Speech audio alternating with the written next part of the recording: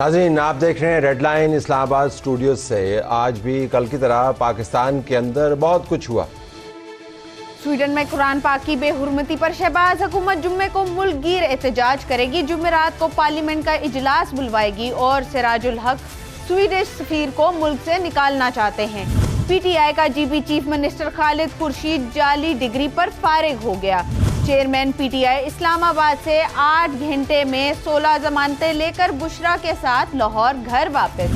शहबाज हुकूमत की मर्जी से अब नैब मुल्जिमान को 15 नहीं 30 दिन पकड़े रखेगी। अवाम पर टैक्स लगाने वाली हुकूमत ने सुप्रीम कोर्ट जजेस की तनख्वाहों में 20% इजाफा कर दिया।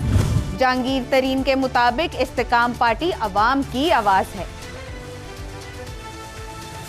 इनमें से बहुत सारे मामलात का ताल्लुक उन मौज़ूआत से है जो अब हम टेकअप करेंगे। पाकिस्तान के वफाकी वज़ीर दिफा ख्वाजा मोहम्मद आसिफ से हमारे स्टूडियो में मौजूद हैं। आपका बहुत शुक्रिया, आपने हमें ज्वाइन किया। नाज़रीन, इसी प्रोग्राम में नाज़रीन हम आपको बताएंगे कि पंजाब के अंदर हेल्थ कार्ड्स के ऊपर एक वावेला बच गया है। पाकिस्तान तहरीक इंसाफ का एक मानना था जब उनकी हुकूमत थी कि उनका हेल्थ कार्ड जो है वो तुर्रा इम्तियाज़ है। पता चला कि इस तुर्रा इम्तियाज़ के छाते के नीचे बहुत सी गड़बड़ हुई और अरबों रुपए इधर से उधर कर दिए गए और अब निगरान वज़ीर सेहत ने इसको अमलन डिसबैंड कर दिया है। कि तो देखेंगे कि उनसे इंटरव्यू करेंगे, बात करेंगे, पूछेंगे कि किन किन हिस्सों को उन्होंने डिसबैंड किया और कौन से लोग सेहत कार्ड से मुस्तफ़ीद हो पाएंगे।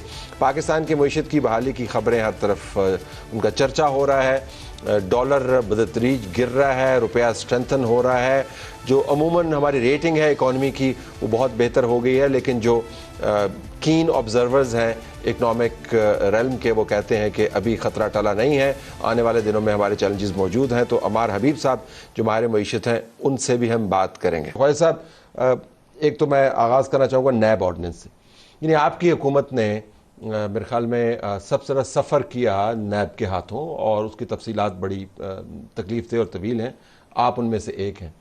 तवक्को ये की जा रही थी कि आपकी हुकूमत के आने के बाद नैब के मामलात के ऊपर आप एक सख्त पॉइंट ऑफ व्यू रखेंगे, यानी इसको आप किसी ना किसी तरीके से ट्वीक करेंगे। अमेंडमेंट्स आपने इंट्रोड्यूस करवाई जिससे नैब लॉज को ज़्यादा ह्यूमनाइज किया गया, उसको इमरान खान ने चैलेंज किया कोर्ट के अंदर। लेकिन अब एक मिडनाइट ऑपरेशन आपने आधी रात को अब पास किया एक कानून और जो एक्टिंग प्रेसिडेंट है उससे साइन करवाया और उसमें जो 15 दिन की डिटेंशन थी उसको 30 दिन में कन्वर्ट कर दिया। ये आपने क्यों किया? क्योंकि अब आप पावर में हैं और अब इसका नुकसान किसी और को होना है इस वजह से? बिस्मिल्लाहिर्रहमानिर्रहीम। नहीं, मैं बैक टू डिफर। देखें, बार बार ये नैब वाले कह रहे थे कि क्योंकि हमारे यहाँ ताल्लुक़ जो है वो पढ़ाई लिखाई से है, हिसाब किताब करने होते हैं, तो ये कोई उस तरह का रिमांड नहीं है जो नॉर्मल जुडिशियल रिमांड होता है। तो इसको वो उनका तो ख्याल था कि दोबारा इसको 90 दिन की नहीं तो कम से कम 45-50 दिन पर ले जाया जाए।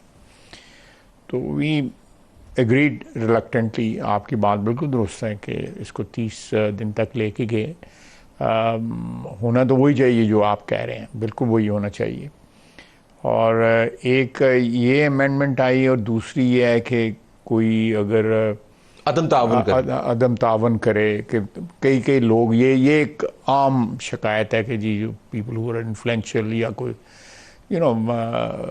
हटदर्मी करता है तो उसका अदम तावन पे उसका जो है ना वो उस पर हमने अमेंडमेंट की है। तो आपने नैब की बात मानी। अजीब इस वजह से भी ज़्यादा लग रहा है और उसकी तफसील में हम जा सकते हैं कि आपने ज़रा अपनी दानिशमंदी लगाई उन अमेंडमेंट्स में जिसमें इसको 15 दिन पे आप लेके गए और सियासी दानिशमंदी थी, सब ने मिल के ये तय किया।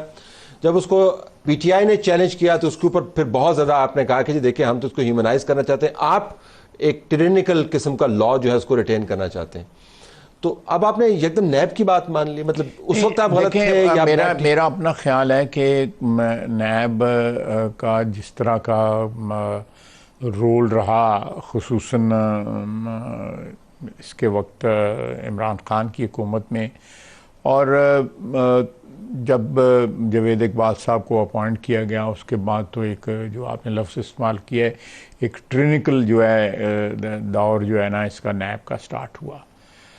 मैं कुछ लोग हैं, हम सियासतदान जो हैं 16-17 जो 16 नवंबर 1999 को जब ये नैब का कानून बनाया जनरल मुशर्रफ ने, हम ऑलरेडी कैद थे, कस्टडी में थे, मैं फ़ौज की कस्टडी में था, तो हमें इस पे बुक कर लिया गया। कोई और चीज़ ना मिली, उन्हें बुक कर दिया। 6 महीने गुजारे, तब भी ओरिजिनल विक्टिम्स हैं। ओरिजिनल विक्टिम्स हैं। तो शाह साहब उस वक़्त भी अल्लाह की मेहरबानी है, उसका शुक्र अदा करना चाहिए कि मेरे ख़िलाफ़ कोई चार्ज जो है ना, they were unable to charge me for anything. कोई मेरे पे इल्ज़ाम, उन्होंने ढूंढते थे कि इल्ज़ाम क्या लगाया जाए जो है। अब इस वक्त फिर 6 महीने में रहा, और मुझे इंक्वायरी करते रहे कि तुम बाहर नौकरी करते थे, पैसे आते थे, किस तरह आते थे, बच्चे किस तरह पढ़ाए हैं, मकान किस तरह बनाए। मुझे किसी स्टेज पे नहीं उन्होंने कहा कि हमें फ़लाँ चीज़ की हम इन्वेस्टिगेशन कर रहे हैं। करप्शन का लफ्ज़ भी नहीं। कोर्ट के अंदर उन्होंने कह दिया कि जी we are not, he is not with us because of corruption, ठीक, he is with us, he has to explain के बाहर से इसके पैसे जो है। मुलाजमत करता रहा, 13 साल मैंने बाहर मुलाजमत की। उसके बाद मैं छोटा मोटा वहाँ पे काम करता था, उसके भी कभी 2000, कभी 4000, कभी 3000। 6 माह आपने गुजारे ना? 6 माह। और पहले आपने कितने? वो पूरे 6 माह, 1 साल मिला के। ये 6 माह इस दफ़ा, 6 दफ़ा उस दफ़ा फाइनल डेज में आई वाज सेंट टू अटक फोर्ट को सॉल्ट। और एक बदतरीन निज़ाम के अंदर, बदतरीन द सेंस कि इसमें पावर कंसंट्रेटेड है, अकाउंटेबिलिटी कोई नहीं है, और नैब जो है वो खुलेआम दाव लगा सकती है। 6 महीने रिटेन करने के बाद दे कुडंट फाइंड एनीथिंग। तो अब अभी भी तो अब तो 30 दिन में वो क्या ले पाएंगे उस विक्टिम में से जो 15 दिन में मिला या 6 महीने में? मेरे खिलाफ मेरे जो सियासी मुखालिफ हैं सियालकोट ने, उन्होंने ये दरख्वास्त मेरे खिलाफ दी थी। ठीक, अप्रैल 2018 में उन्होंने पहले मुझे डिस्क्वालीफाई कराया यहाँ से कि जी मेरे पास अकामा है बाहर का, मेरे पास अकामा रहा, बड़ी देर रहा, 1979 से लेकर तकरीबन 2018 तक मेरे का अकामा रहा। और उसी को उन्होंने फिर नैब को भेज दिया। फिर उसी दरख्वास्त के ऊपर जो है मेरे पे आर्टिकल 6 की कार्रवाई स्टार्ट हुई। 3 चीज़ें मेरे मुखालिफ की, सियालकोट जिन्होंने मेरे खिलाफ इलेक्शन लड़ते हैं, उनकी दरख्वास्त पे ये सारी कार्रवाई हुई। लेकिन कोई अल्लाह माफ़ करे। लेकिन मेरा पॉइंट यही है कि जो तवील मुद्दत है कस्टडी में, उसका मौसर तहकीकात से कोई ताल्लुक नहीं है। तो अगर केस बोधा है आपका, जो आपके केस में था, तो आपको 6 महीने में भी कुछ नहीं मिलेगा। और अगर आपका केस तगड़ा है तो फिर आप 15 दिन में भी निकाल सकते हैं। 15 दिन या आप कह ले तकल्लुफ़न के जी 30 दिन में जो है ना उसको। तो आप इस पे आपका एतमाद है कि 30 दिन वाली डिमांड नैब की जो है वो रीजनेबल? खाकान भाई साहब का मानना है कि नैब जो है बुनियादी तौर पर जब तक कायम है, किसी भी सूरत में वो सियासी स्टेबिलिटी आपकी आ नहीं सकती। मैं शायद के साथ इस तरह इत्तेफाक करूँगा कि हमारे यहाँ पे कोई ना कोई इस चीज़ का, अकाउंटेबिलिटी का सिलसिला जो है वो रीविज़िट होना चाहिए। ठीक, क्योंकि हमारे पास एंटी करप्शन है सूबे के उस पर, उसके बाद सूबे में सेंटर में जो है फेडरल गवर्नमेंट के पास FIA है, फिर ये नैब भी फेडरल गवर्नमेंट हर डिपार्टमेंट के पास एक अपना मैकेनिज्म जो है। और FIA अगर आपको याद हो तो ये पीपल्स पार्टी की पहली हुकूमत जुल्फ़िकार अली भुट्टो साहब की जो हुकूमत थी, उसमें इसको तश्कील दिया गया था। जो एंटी करप्शन लॉ जो है, if I remember it correctly, ये mid-50s में तैयार किया गया था। और नैब जो है वो 99 में इसको तश्कील जो है जनरल मुशर्रफ ने किया। मुझे ये बताएं कि ये तमाम अदवार में जब आपने अकाउंटेबिलिटी की डिपार्टमेंट्स बनाई जो हैं, अकाउंटेबिलिटी के एक सेटअप बनाया, एक स्ट्रक्चर क्रिएट किया, आपके मुल्क में करप्शन कम हुई है या ज़्यादा हुई है? इंडेक्स तो ये बताता है कि बड़ी बल्कि मीलों बढ़ गई। ठीक, पहले अगर कोई, my father once said in the West Pakistan Assembly कि पहले जो करप्शन थी वो जो पुराने तरीका था एग्रीकल्चर का कि हाल के साथ काश्त होती थी, अब ट्रैक्टर के साथ होती है, मशीन मैकेनाइज्ड है। He said this in West Pakistan Assembly way back in 1960। उस विजडम का 2023 के अंदर तकाजा तो ये था कि आप नैब को डिसबैंड करें।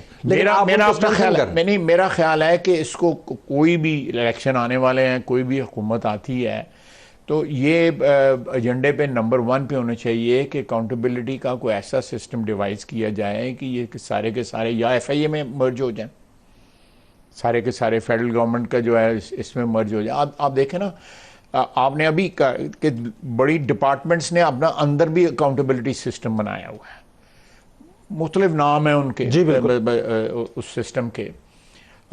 इसी तरह पंजाब में जो एंटी करप्शन है, उसने पंजाब में अगर एंटी करप्शन रोक लिया है, उन्होंने बुजदार साहब को रोक लिया है या किसी और को रोक लिया है, पीपल्स पार्टी या PMLN के ज़माने में और उसके बाद PTI के ज़माने में, इन तमाम अदवार के अंदर जो है करप्शन तो रही है, कोई डिनाई तो नहीं कर सकता कि ये तो अगर आपकी तरजीह हो तो आप इस निज़ाम को डिसबैंड करें। इस इश्यू से कता नजर ये जो हमने कल जो किया है पसंद करने क्यों किया है, लेकिन ब्रॉडर उसके अंदर जो है ना आप उसको नॉन कोऑपरेशन, मसलन ये कि अगर आप किसी बेहुदा सवाल का जवाब नहीं देते और बड़े बड़े बेहुदा सवाल पूछे जाते हैं, you have been a recipient, मैं उस तफसील में नहीं जाता, बाकी लोगों से भी जो सवाल पूछे जाते हैं, उनके फैमिली मेम्बरान से जो सवाल पूछे जाते हैं, उस सवाल के अंदर जो तज़ीक और ज़िल्लत है उसकी, वो तो एक ऐसी पनिशमेंट है जो किसी के ऊपर भी लागू नहीं होनी चाहिए, ना उसको डॉक्यूमेंट करते हैं। अगर आप उसका जवाब नहीं देते, अब कहते हैं I refuse to answer the non cooperation, आपको धर लिए जाएंगे। नहीं, ये ड्रैकोनियन अपीयर ही नहीं होता, जो शख्स जो है ना, जो अपीयर ही नहीं होता, उसको अगर समन किया जाता है, नहीं डजंट अपीयर बिफोर द जो भी उनका सिस्टम है इन्वेस्टिगेशन। और अगर मुल्क से बाहर है, जैसा मियां साहब मुल्क से बाहर है, पहले आप बाहर भिजवा दें, मैं वैसे कह रहा हूँ, पहले आप बाहर भिजवा दें, नहीं उनको तो सजा होगी, मैं वैसे कह रहा हूँ, पहले आप उनको बाहर भिजवा दें, उसके बाद कहें यार आप कोऑपरेट नहीं कर रहे तो भैया। नहीं, आप देखें, ये डॉक्टर साहब की जायदाद कुर्क कर ली गई थी, उनको वापस जिस हालत में मिली है, वो खंडर ही मिले हैं उसकी जायदाद, जो उनका घर जो था गुलबर्ग के अंदर लाहौर में। तो ये कार्रवाई हुई है, जो जब लोग इश्तारी डिक्लेयर होते हैं उनकी ऑटोमेटिकली जो है जायदाद के ऊपर जो है, या जो भी फाइनेंशियल इंटरेस्ट होते हैं, स्टेट उनको अटैच कर लेती है, वो एक मैकेनिज्म मौजूद है। लेकिन आपकी हुकूमत पर ये इल्ज़ाम आएगा कि आप इस निज़ाम जिसके आप विक्टिम रहे हैं, उसकी बची खुची जो बाकियात हैं उससे फ़ायदा, सियासी फ़ायदा उठा रहे हैं, और जो PTI का बयानिया है दुनिया भर के अंदर जो फैलाना चाह रहे हैं, वो कह रहे हैं जी कि जो भी हमारे साथ खड़ा होता है आप उसका गला काट देते हैं सियासी तौर पर। गिलगित बल्तिस्तान के जो चीफ मिनिस्टर हैं उनको डिस्क्वालीफाई अब कर दिया गया जाली डिग्री केस के अंदर। तो एक तवातर से ऐसे इवेंट्स हो रहे हैं, लेकिन डिग्री अगर उनकी कहीं भी डिग्री उन्होंने जहाँ से भी ली है, अगर वो इंस्टीट्यूशन स्टैंड करती है कि ये डिग्री हमने इशू की हुई है, तो किस तरह फिर उसको नहीं, वही इदारे उससे पहले ये डिग्रियां जारी करते हैं, फिर चीफ मिनिस्टर बन जाते हैं। डिग्रियां जो है HEC जो है वो उनको वेरीफाई करती रही है। मुझे और लोगों के भी नाम पता है जिन्होंने वेरीफाई करवाई हुई हैं PTI की हुकूमत के। तो पॉलिटिकल विक्टिमाइजेशन का इल्जाम आप पर लगेगा और लगेगा है। मैं बिल्कुल आपसे एग्री करता हूं कि ये ज़रूर कहा जाएगा कि ये टारगेट किया जा रहा है पॉलिटिकल ओपोनेंट्स को, लेकिन मैं नहीं समझता कि मौजूदा जो इस वक्त वहाँ पे लोग हैं, जावेद इकबाल साहब का से भी ये जो अपॉइंटमेंट जो है शाहिद अब्बासी साहब के दौर में हुई, हमसे ही हुई, शाहिद अब्बासी ने भी मिलके की, अकेले तो नहीं की। तो जो उन्होंने जो उसके बाद जिस तरह ताबेदारी की है, लेकिन उनको कुछ नहीं हुआ। ख्वाहिश साहब को वैसे हैरानी नहीं होती? मतलब एक बंदा जो है जिसके बारे में खवातीन मर्द सब गवाहियां दे रहे हैं कि इन्होंने क्या क्या किया है, ही गोज स्कॉट फ्री। मतलब ये मैं अल्लाह का भी निज़ाम है ना, आपकी बात से मैं एग्री करता हूँ। मैं आपको बता दूंगा क्यों स्कॉट फ्री है, what is the story behind that, लेकिन नहीं, अल्लाह का निज़ाम भी तो है। तो बाकी सारी अल्लाह ने निज़ाम छोड़ दो, PTI का भी छोड़ दो, नहीं 9 मई का भी छोड़ दो, अल्लाह का निज़ाम। ये भी अल्लाह, ये भी तो अल्लाह ताला ही कर रहा है ना, जो हो रहा है आप 9 मई का ले रहे हैं या कोई, वो तो उसके अज़न के बगैर जो है वो तो कुछ भी नहीं होता ना। अब आपके बयानात जो हैं बहुत धुआंधार रहे अदलिया के बारे में, आपके आजकल ताल्लुकात और व्यूज़ अदलिया के बारे में क्या है? मसलन मेरे सामने है, आपने 2 मई को कहा कि पंचायतें लगाना, हिदायत देना आपका काम नहीं। स्पीकर सुप्रीम कोर्ट को ख़त लिखकर जजों के इजलास का रिकॉर्ड मंगवाएं, 1947 से लेकर उन्हें क्या गुल खिलाएं, उनको उनकी औकात बताएं। एक बयान में दे रहा हूं, और आपने अपने मखसूस अंदाज से तमाम तवानाई सर्व करते हुए ये बयान दिया था। आजकल ताल्लुकात कैसे? देखें जी, मैं तो ये किसी पर्सन स्पेसिफिक तो बात नहीं की मैंने। एक अब मसलन अभी मैं एक आपको एग्जांपल देता हूँ कि जो सैलरी इंक्रीज़ हुई है या पेंशन इंक्रीज़ हुई है, जो भी ये हमने अभी रिलीफ दी है, मेरा अपना ख्याल है कि एनीबॉडी गेटिंग सैलरी बियॉन्ड 400,000 और 500,000 should not get this relief. बाकी आप समझ रहे हैं मैं क्या कह रहा हूँ। लेकिन डार साहब ने तो कहा कि मैग्नेनिमिटी है हमारी, हमने देखा ये नहीं होना चाहिए, नहीं होना चाहिए।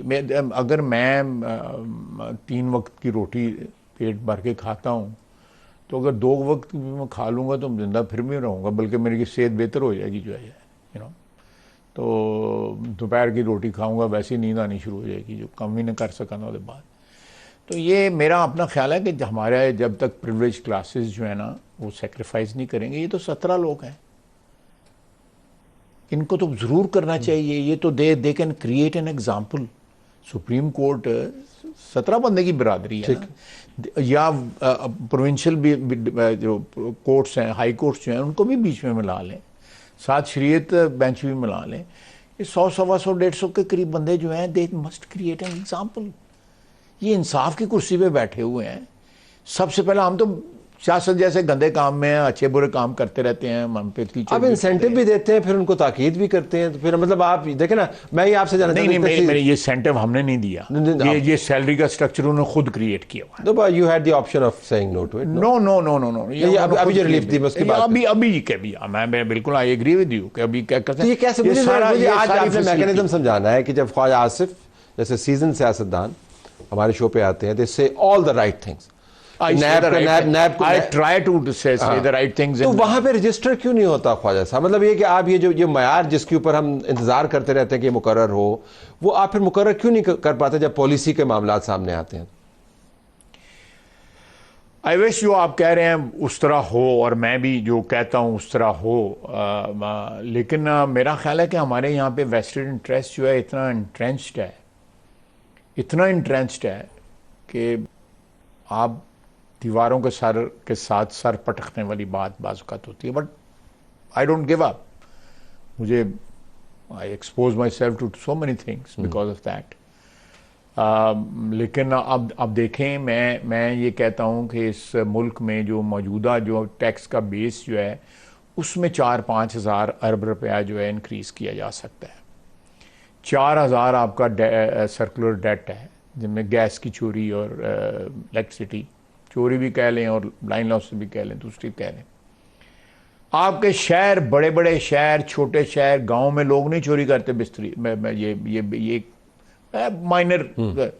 मेन जो है 80, 82% चोरी बड़े शहरों के अंदर मेन मार्केटों में हो रही है। जहां पे हमारा ऑफिस है, इसके इर्द गिर्द 3 ऐसे आउटलेट्स हैं, सिर्फ इसके इर्द गिर्द, सिर्फ 3 का बता रहा हूं, जहां पे आप चले जाएंगे तो आपको अंदाजा होगा कि वॉल्यूम ऑफ टैक्स थेफ्ट क्या है। लेकिन जरा let's come back to judiciary. So आप कहते हैं कि आप पर्सन स्पेसिफिक नहीं है, लेकिन जब आप ये कहते हैं कि अदलिया के जत्थे आइन की खिलाफ वर्जी कर रहे हैं, कोर कमांडर हाउस पर हमला करने वालों की पुष्ट पनाही कर रहे हैं, ये क्या अदलिया है? बाजार लगा हुआ है, मुलजम को विश यू गुड लक कह रहे हैं।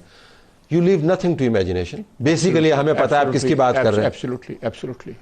तो आप चीफ जस्टिस की बात कर रहे हैं बुनियादी तौर पर। देखें, आजकल ताल्लुकात कैसे उनसे? नहीं, मेरे उनके साथ ज़ाती ताल्लुकात हमेशा अच्छे रहे हैं, तो मुझे उनसे कोई ज़ाती गिला गुजारी नहीं है। बिल्कुल मैं उनका एहतराम करता हूँ। मेरे एक से ज़्यादा ताल्लुकात हैं उनके साथ, जो नाते हैं जो।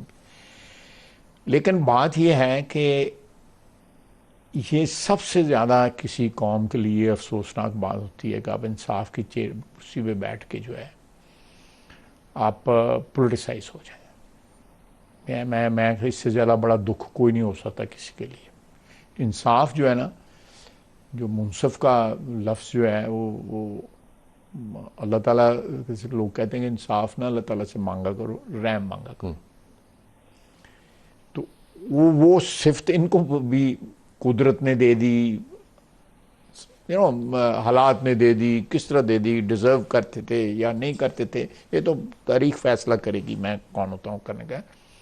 लेकिन जो तमाशा पिछले 1-1.25 साल के अंदर लगा हुआ है, आप सैकड़ों मिसालें दे सकते हैं। आप एक ही मियाँ नवाज शरीफ की मिसाल दे लें।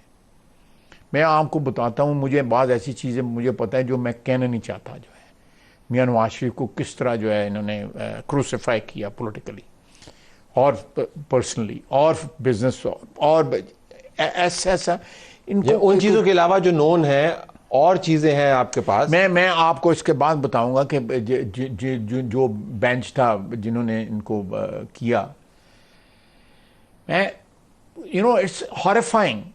मेरे वालिद प्रैक्टिसिंग लॉयर थे, मैंने भी थोड़ी देर की, तो बाज़-औक़ात उनकी बुजुर्गी या उनका स्टेटस जो है पॉलिटिकल, उसकी वजह से मुझे एक सुप्रीम कोर्ट के जज ने बताया कि मैं तुम्हारे सियालकोट में उस ज़माने में जज था, तो मैं उनको देख के खड़ा हो जाता था जब मेरी अदालत में आ रहे हैं। उन्होंने 1-2 दफ़ा मुझे कहा कि शाह साहब आप ना खड़ा हुआ करें, ये मैं वकील हूँ, आप जज हैं, ना खड़ा हुआ करें। लेकिन मैं बाज ना आया, उन्होंने मेरी अदालत में आना बंद कर दिया।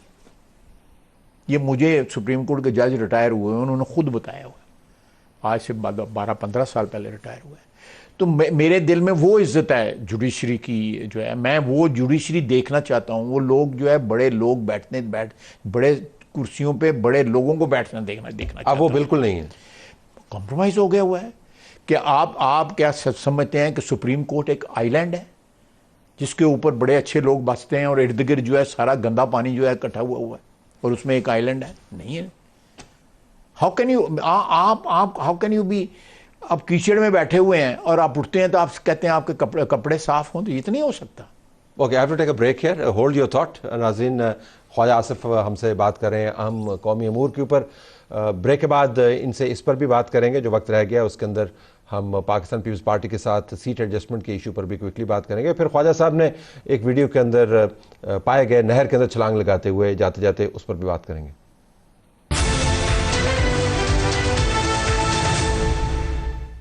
रेड में खुशामदीद नाज़रीन दोबारा से। ख्वाजा साहब, आप बात कर रहे थे कि आप आइलैंड नहीं हैं, आपके मैं जुडिशरी की बात कर रहा था, जुडिशरी की बात कर रहा। देखें शाह साहब, ये मेरा एक फर्म बिलीफ है, नॉट दैट कि मैं पार्लियामेंट्रियन हूँ उसकी वजह से, कि पार्लियामेंट जहाँ भी ब्रिटिश मॉडल पे हम चल रहे हैं, सारी दुनिया उसी पार्लियामेंट की बर्थ ही वहाँ पे हुई, जो मॉडर्न उसका वर्जन है। तो ये आप देखें जो प्रीवी काउंसिल जो है वो अपर हाउस से ही ली जाती है।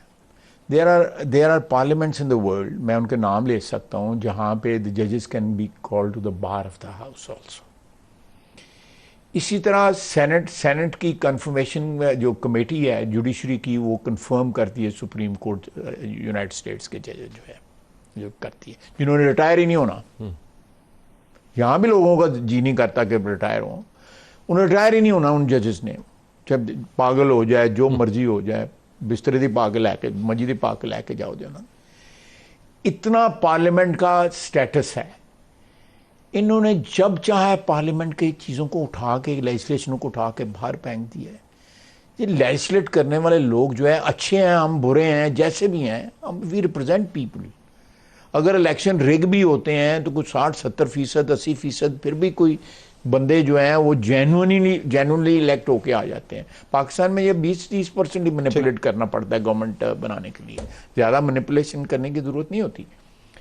तो मैं समझता हूँ कि एक दफ़ा नहीं, 2 दफ़ा नहीं, कई दफ़ा उन्होंने हमारी टर्फ को जो है ट्रेस पास किया। लेकिन अभी तो आराम है ना? नहीं, अब आजकल आराम है। अब तो पंजाबी जिसे कहते हैं हूँ आराम ही, तो नहीं, आपने आराम दिलवाया। वो कह रहे नहीं, मैं कह रहा हूँ आपने आराम दिलवाया। मैं अभी तो आजकल स्कूल है, आजकल वो तुंदी, तेजी, गोलाबारी नजर नहीं आई। देखना वो लेकिन अगर ये माहौल को जो मुकद्दर किया है या उसको विशिएट किया है, माहौल को जो है पिछले 8-10 महीनों के अंदर जो है, मैं समझता हूँ उसमें जुडिशरी का जो है पंजाब वाली का भी और इस्लामाबाद वाली का बहुत बड़ा किरदार है।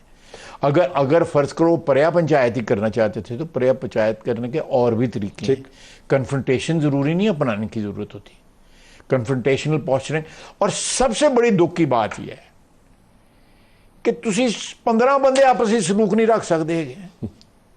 तुसी कौम दे किस तरह फैसले करने ने, आपने कौम की किस तरह पर पंचायत करनी है। और दूसरा 53,000 बंदे शाह जी 10-10 साल से लोग फांसी की जो है ना कोठरियों के अंदर बंद हैं, अपीलों के फैसले।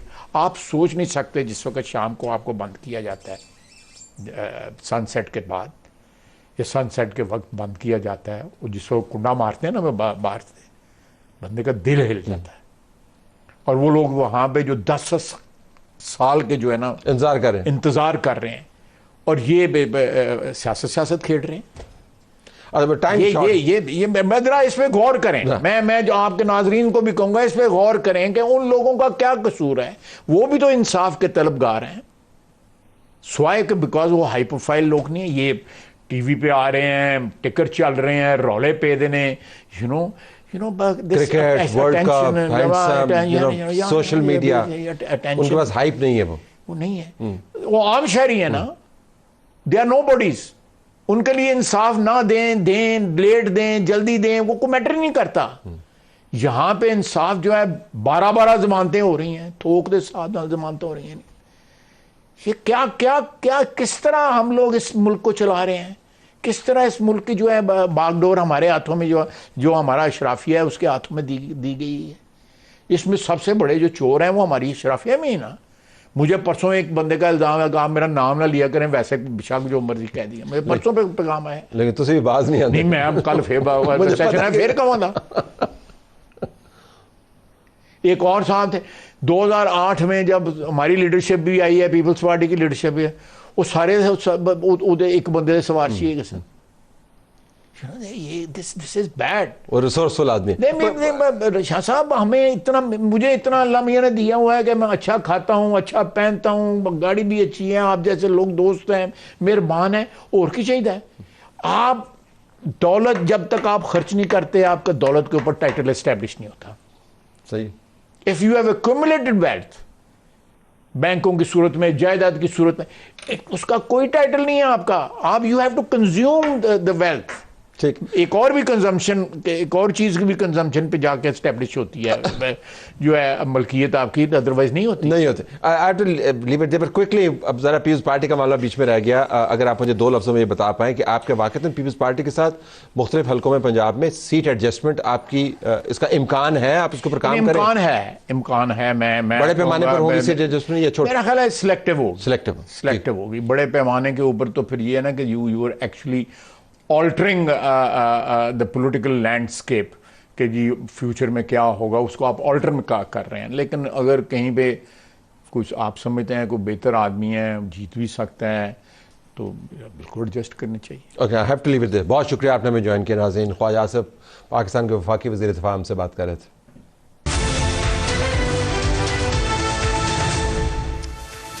आइए नाज़रीन, अब बात करते हैं पाकिस्तान की मईशत की।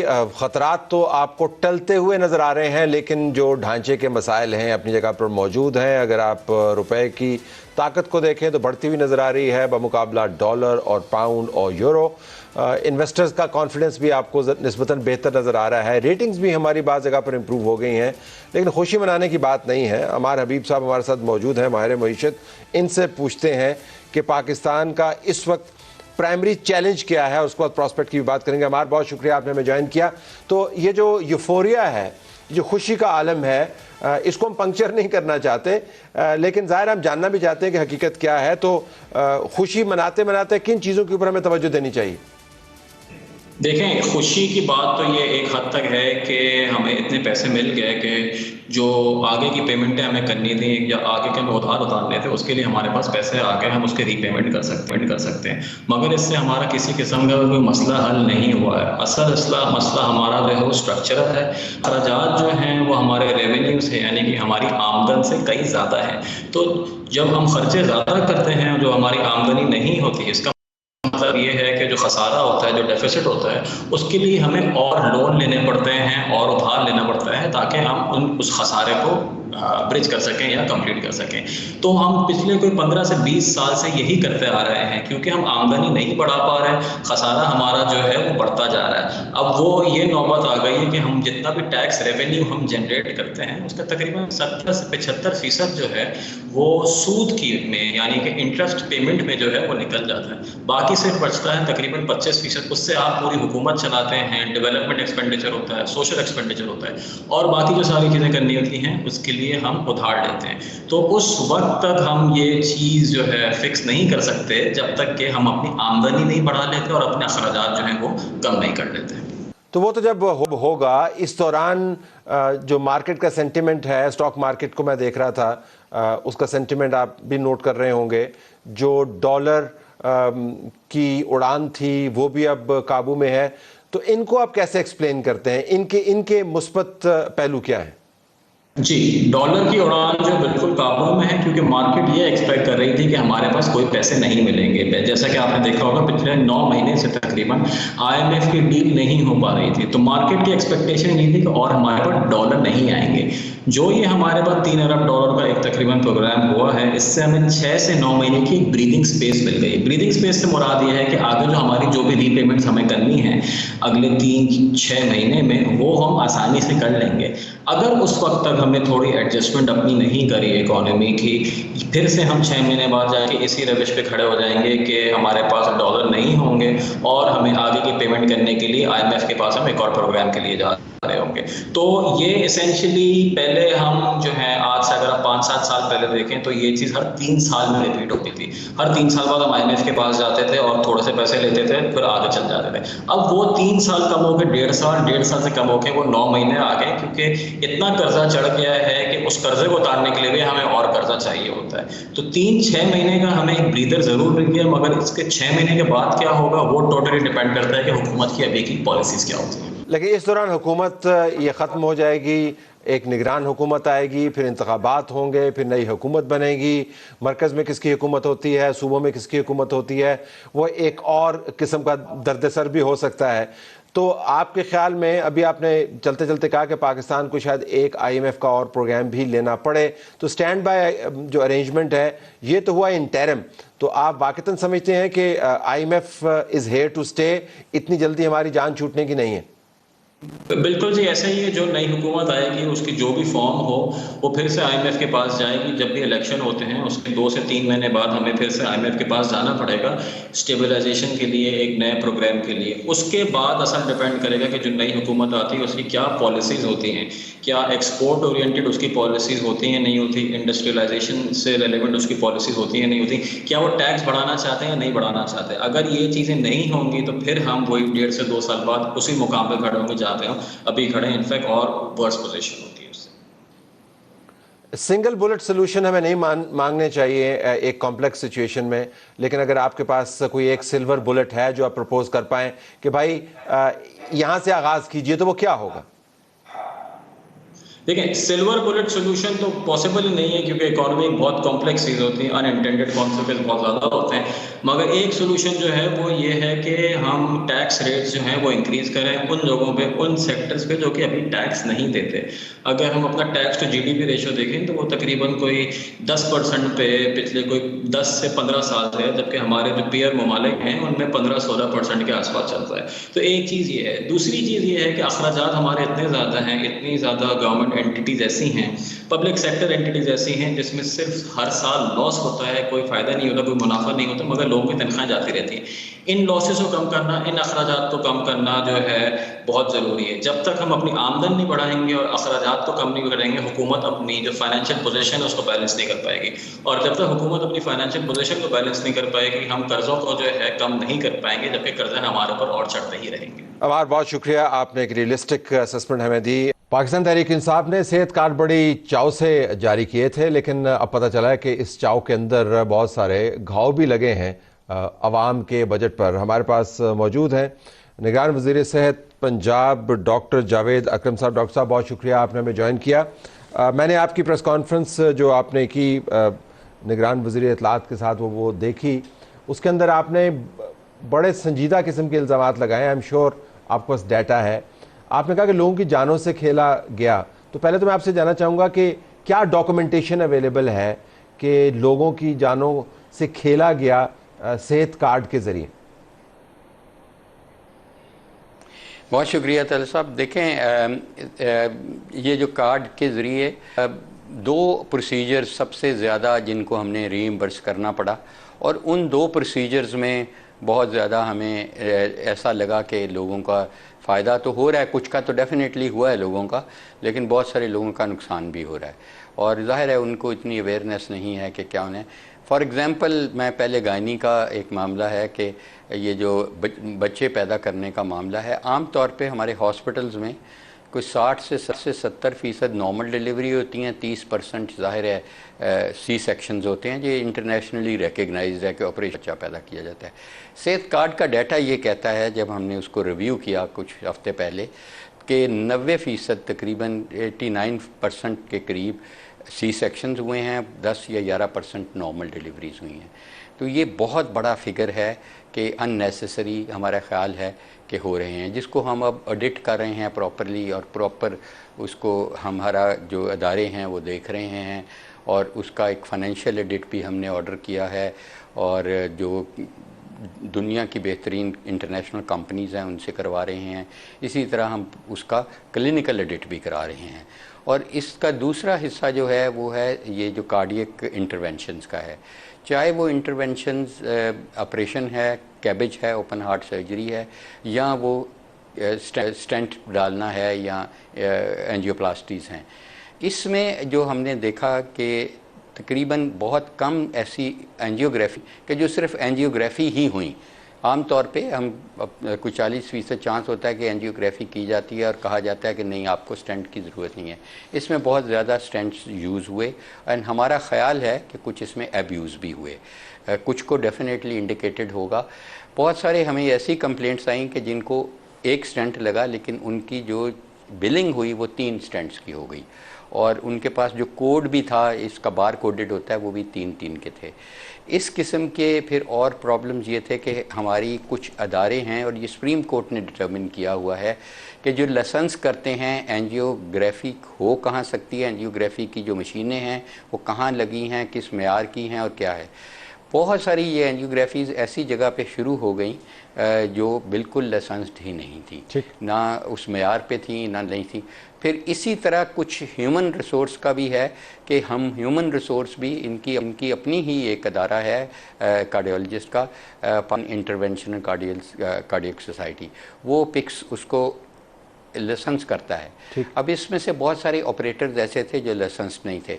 इसी तरह ओपन हार्ट सर्जरी का भी यही है कि कुछ हम कंसल्टेंट्स हैं, लेकिन कई जगह पे ऐसा देखा गया कि मेडिकल ऑफिसर्स ने। अच्छा डॉक्टर साहब, आपने डेटा दिया, आई एम श्योर ये फैसिनेटिंग है और परेशान कुन भी है कि अगर normal pattern unfortunately normal pattern से हट के अगर ऑपरेशंस किए जा रहे हैं, स्टेंट्स डाले जा रहे हैं, अगर नॉर्मल डिलीवरीज को आप ऑपरेशन की डिलीवरीज में कन्वर्ट कर रहे हैं, लेकिन इसमें सेहत कार्ड का जो सिस्टम है उसका तो इतना ज़्यादा हमें दोष नज़र नहीं आता। इसके अंदर तो आपको जो हॉस्पिटल्स हैं, जो बेनिफिशरीज हैं, मेरे ख्याल में अकाउंटेबिलिटी तो पकड़ तो उनकी होनी चाहिए। तो डाटा में ये भी तो होगा ना, ये सारा काम जो है ये कौन से हॉस्पिटल्स कर रहे थे, कौन से लोग कर रहे थे। बिल्कुल है, और वो इंशाल्लाह उसको ही हम यूज़ करके ये पहुंच रहे हैं उन जगहों पे। और लेकिन सेहत कार्ड का मैं सिर्फ ये बताऊंगा कि जो हमने इंटरवेंशंस की अभी, उसको बिल्कुल हरगिज़ हम बंद नहीं करना चाहते किसी सूरत भी। हम समझते हैं कि वो बहुत अच्छा एक इनिशिएटिव था, चाहे वो नवाज़ शरीफ साहब ने शुरू किया था, बाद में पिछली PTI के गवर्नमेंट ने उसको अपस्केल किया। हम उसमें करना ये चाहते हैं कि देखें, दुनिया में ये कहीं भी नहीं है, मैं कई मुल्कों में काम कर चुका हूँ, कि everything for everybody is free. जो लोग अमीर हैं वो गरीबों के लिए पे करते हैं वन फॉर्म और अदर, चाहे वो इंश्योरेंस का हो, चाहे वो हमारी तनख्वाहों से, जैसे NHS काटती थी इंग्लैंड में जब मैं काम करता था। तो इस तरह हम ये चाहते हैं कि जो गरीब लोग हैं उनके लिए ये टोटली फ्री हो।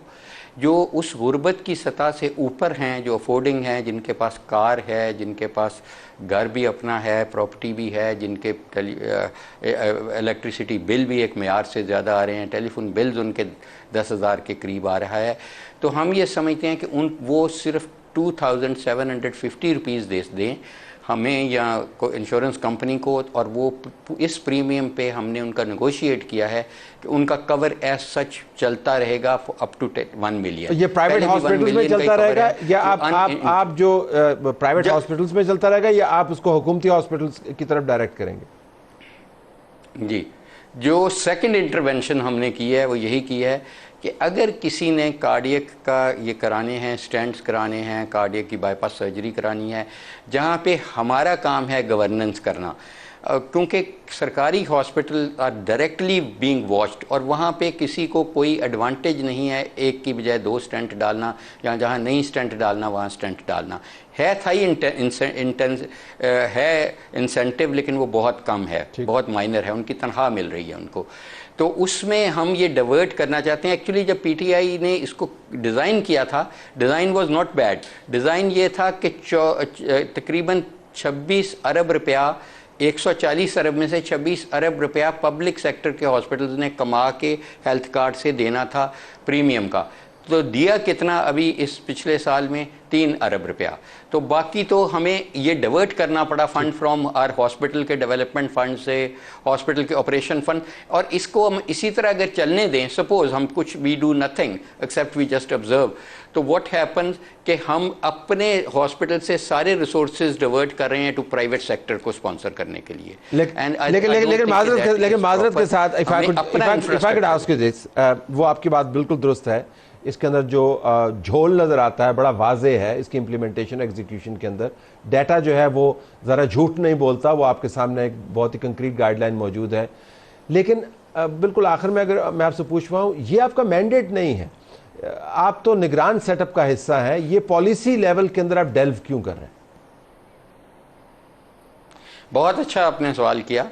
देखें, नंबर एक तो जाहिर है हम we are there to conduct free and fair and transparent and safe elections also, लेकिन अब क्योंकि हमारा इनको पेमेंट करने का वक्त आ गया, तो ये मैंडेट जो हमने दिया है, जो हम समझते हैं कि हेल्थ कार्ड में ये इम्प्रूवमेंट्स होनी चाहिए और हो रही हैं, एंड इसको हमें इकोनॉमिकल बनाना है, और हमने अरे कोई 19 के करीब हॉस्पिटल्स हैं जो फिनिश नहीं हो सके पिछले दौर में, जिनको हम फिनिश करें, जिसमें निश्तर 2 है, बहुत बड़ा हॉस्पिटल है, डीजी खान में कार्डियक सेंटर है, RIUT है, Rawalpindi institute of urology transplant, जिसका इफ्तिताह भी हो चुका है। इस किस्म के हॉस्पिटल्स को हमने कंप्लीट करना हमारी प्रायोरिटी थी, जो अल्हम्दुलिल्लाह अब ऑलमोस्ट वी आर देयर। थोड़े से पैसे हमें और चाहिए, तो हमने इसको जो मॉडिफिकेशंस की हैं दे आर टाइम लिमिटेड, ये सिर्फ 4 माह के लिए की हैं। हमने बजट भी अपना फाइनेंस का 4 माह के लिए दिया, हमने 4 माह के लिए 32 बिलियन रुपीज़ इसके लिए रखा है। अब हम पूरे साल के लिए रखने के वाकई नहीं मजाज, वो 140 अरब हमें रखना पड़ना था, 150 अरब वो जब इलेक्टेड गवर्नमेंट आएगी 4 महीने के आगे। अब 4 महीने is believe me is not by our choice, it is by compulsion।